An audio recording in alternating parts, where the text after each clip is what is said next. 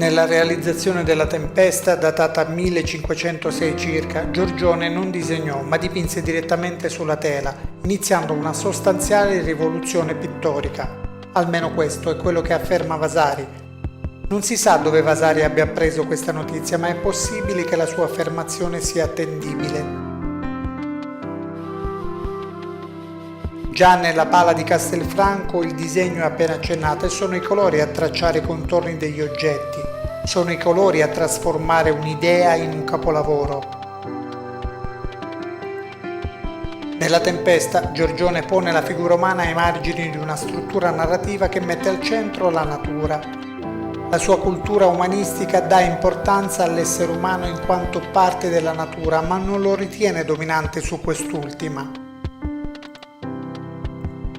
L'importanza del paesaggio aveva assunto connotazioni importanti già con Giovanni Bellini e poi con Tiziano, Veronese, Tintoretto, Leonardo. I due personaggi ritratti sono di identità incerta. C'è una donna vestita soltanto di una stoffa che le copre le spalle e intenta ad allattare un bambino. A sinistra c'è un uomo in abiti rinascimentali che osserva la scena appoggiato ad un bastone. In mezzo scorre un fiume, segno di movimento, di passaggio, una città silenziosa in alto. Un mormorio arriva dalle nubi scure rischiarate dal bagliore di un lampo. Forse siamo di fronte alla rappresentazione del prototipo di una famiglia integrata in un ambiente in divenire, un Adamo ed Eva in un Eden turbolento. E cosa rappresenta l'uccello bianco sul tetto del palazzo? Un animale apparentemente impassibile di fronte all'arrivo di una tempesta. Anche in questo caso non si ha una risposta certa. Gli studiosi si sono interrogati sul reale significato dell'opera senza mai arrivare ad un'interpretazione soddisfacente.